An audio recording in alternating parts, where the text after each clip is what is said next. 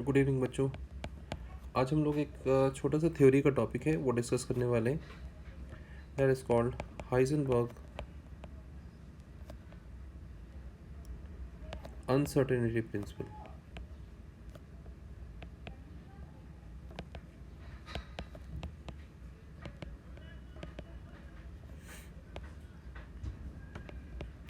सबसे पहली बात, इस थ्योरी की ज़रूरत क्यों पड़ी? तो एक्चुअली बोर्स थ्योरी की हम लोगों ने ड्रॉबैक्स देखे थे। बोर्स ने बताया था कि जो इलेक्ट्रॉन है ना, जिस सबसेल में जिस ऑर्बिटल में होता है उनकी एनर्जी डिस्क्रीट होती है। मतलब डिस्क्रीट एनर्जी ऑर्बिटल्स की जो है, डिस्क्रीट एनर्जी सेल्स की जो है उसने एक सपोर्ट डेवलप करी थी, एक पॉस्टुलेट दी थी कि हर इलेक्ट्रॉन जो है एक डिस्क्रीट एनर्जी लेवल पे रहता है। मतलब इलेक्ट्रॉन की एनर्जी उन्होंने फिक्स बताई थी।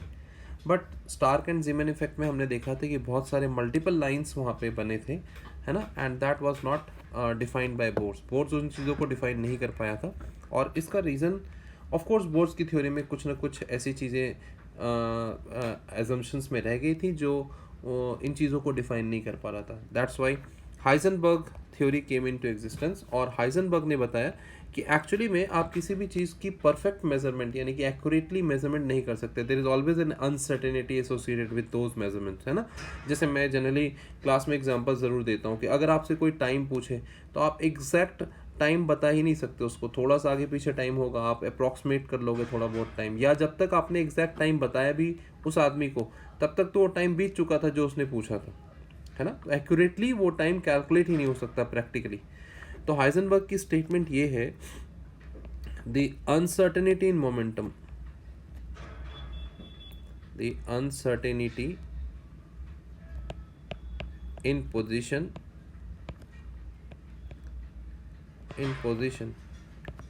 and momentum of an electron cannot be calculated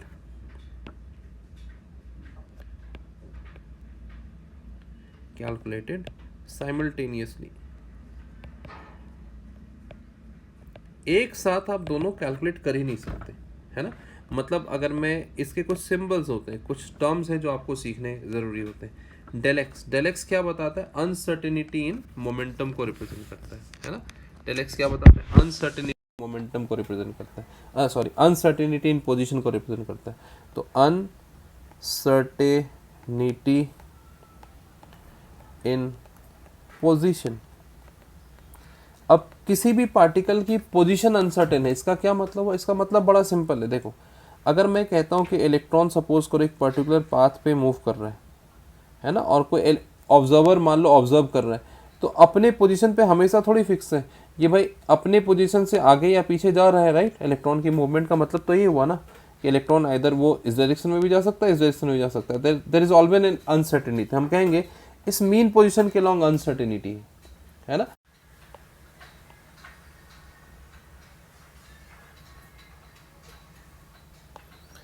ना मान लेता हूँ कि कोई एक पार्टिकल जो है उसकी मीन पोजीशन ये है और वो इस वेव वाले पाथ के अलॉन्ग मूव करता है, ठीक है ना। तो हम बोलेंगे ना कि वेव जो है, वेव ये डेविएट होकर चल रहा है अपने मीन पोजीशन से, इतनी डेविएशन है, इतना ऊपर है और इतना नीचे। लेट अस सपोज कि ये डेविएशन 0.01 mm है प्लस, और नीचे कितनी डेविएशन है, मान लिया -0.01 mm है, ठीक है। तो हम बोलेंगे यहाँ से डेल एक्स की वैल्यू यानी कि अनसर्टेनिटी इन मोमेंटम की वैल्यू कितनी है, ±0.01 mm, ठीक है। तो डेविएशन हमेशा हम इसी तरह से कैलकुलेट करेंगे, अपनी मीन पोजीशन से कोई पार्टिकल कितनी डेविएट होकर चलता है। जनरली हम लोग करते भी ऐसे ही हैं कि अगर आपके पास कोई पार्टिकल है मान लो, है ना, या आपने कोई बुलेट फायर किया, तो बुलेट हम ऐसे सोचते हैं कि एक लाइन में चलता है, लेकिन एक्चुअली नहीं होता, वो थोड़ा सा ऊपर नीचे होकर के ऐसा चलता है, डेविएट होकर के। तो अपनी मीन पोजीशन के लॉन्ग इसकी डेविएशन होती है और इसलिए इसकी पाथ जो है थोड़ी सी अनसर्टेन होती है, ठीक है। दूसरा टर्म इसमें आता है that is called uncertainty in momentum, उसको हम लोग डेल्टा पी से रिप्रेजेंट करेंगे। This is called uncertainty in momentum.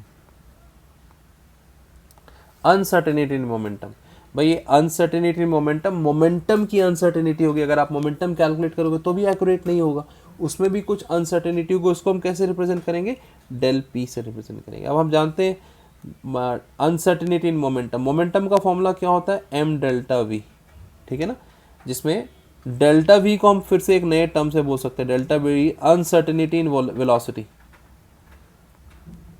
Uncertainty in velocity. अब कोई पार्टिकल पर्टिकुलर स्पीड से मूव कर रहा है, हर समय उसकी यही स्पीड होगी कोई ज़रूरी थोड़ी है, प्रैक्टिकली कांस्टेंट स्पीड फॉलो करना मुश्किल है ना। अगर मुश्किल है तो ऑब्वियस सी बात है कहीं ना कुछ तो डेविएशन ज़रूर होगा, उसी डेविएशन को हम अनसर्टेनिटी इन वेलोसिटी बोलेंगे, है ना। तो अनसर्टेनिटी इन वेलोसिटी का मतलब हो गया एम डेल्टा वी। तो अगर हाइजेनबर्ग, अकॉर्डिंग टू हाइजेनबर्ग अगर मैं इसके रूल्स को लगाऊं, तो हाइजेनबर्ग ने क्या बताया था, उसने एक फॉर्मूला दिया था, अकॉर्डिंग टू हाइजेनबर्ग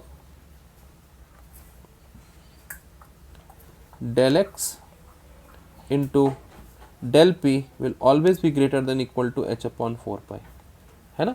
इसने एक इनइक्वलिटी दी थी। इनइक्वलिटी का मतलब ये होता है कि आप इसको इन वेरिएबल्स को आप रिलेट कर सकते हो, किससे, कांस्टेंट से। h हम जानते हैं प्लैंक्स कांस्टेंट है, और यहाँ पे पाई क्या है, पाई तो कांस्टेंट है ही, हम जानते हैं पाई में कोई रिलेशन तो ऐसा सच है नहीं, तो h/4 पाई, है ना, h/4 पाई, इस तरह से आप रिलेट कर सकते हो। So del X into del P is equal to h/4 pi. अब सवाल उठता है इस इक्वेशन की यूज़ कैसे करेंगे, तो यूज़ हमेशा प्रैक्टिकल पर्पस के लिए इनइक्वलिटी नहीं करते हम लोग। Del X into del P will always be equal to, हम प्रैक्टिकल पर्पस के लिए ऐसी चीज़ें यूज़ कर सकते हैं, for practical use, right. Practical purpose के लिए, प्रैक्टिकल अपने न्यूमेरिकल सॉल्यूशन के लिए हम ये वाला फॉर्मूला यूज़ करेंगे, ठीक है। टर्म्स क्लियर है, डेल एक्स क्या है, uncertainty in position, del P क्या है, uncertainty in momentum, h/4 pi constant है, आप जानते हैं, इसको रिलेट कर सकते हो। हम यहाँ से अगर p के जगह पे m डेल्टा v पुट कर दे तो फॉर्मूला कैसा बन जाएगा, del X into m delta v, right, m delta v will be equal to h/4 pi. अब क्वेश्चन क्या डिमांड कर रहा है, उस पर आप सब्जेक्ट बना सकते हो। मान लो आपसे बोला गया अनसर्टेनिटी इन वेलोसिटी कैलकुलेट कर लो, तो यहाँ से हम ये जो v है डेल v, इसको अनसर्टेनिटी इन वेलोसिटी बोलेंगे, ये कैलकुलेट कर देंगे, इसको सिर्फ इधर रखेंगे, बाकी सबको इधर ले आएंगे, फॉर्मूला बन जाएगा, है ना, अनसर्टेनिटी इन वेलोसिटी, है ना। इस तरह से हम लोग इसको रिलेट कर सकते हैं। So this is overall total outcome of the Heisenberg uncertainty principle.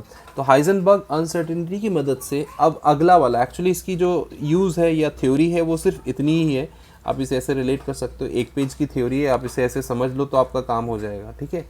लेकिन इससे आपकी इसके एप्लीकेशन जब हम लोग करेंगे तो पूरी तरह से वेव इक्वेशन के अंदर, वेव इक्वेशन को कंसिडर करने के लिए ये सारे एजम्पशंस हमें बहुत ज़रूरी थे, अदरवाइज हम पार्टिकल नेचर पे ही सारे एजम्पशंस कर रहे थे ना। तो वेव मैकेनिक्स, क्वांटम मैकेनिक्स को अप्रोच में लाने के लिए, क्वांटम मैकेनिक्स की एप्लीकेशन करने के लिए हमें ये वाली थ्योरी की बहुत ज़रूरत पड़ती है आगे, जो हम आगे यूज़ करेंगे, ठीक है। So this is all about Heisenberg uncertainty principle. Beginner box से क्वेश्चंस करिए, फिर हम लोग और आगे भी क्वेश्चंस भी मैं इसमें ऐड करूँगा। Thank you.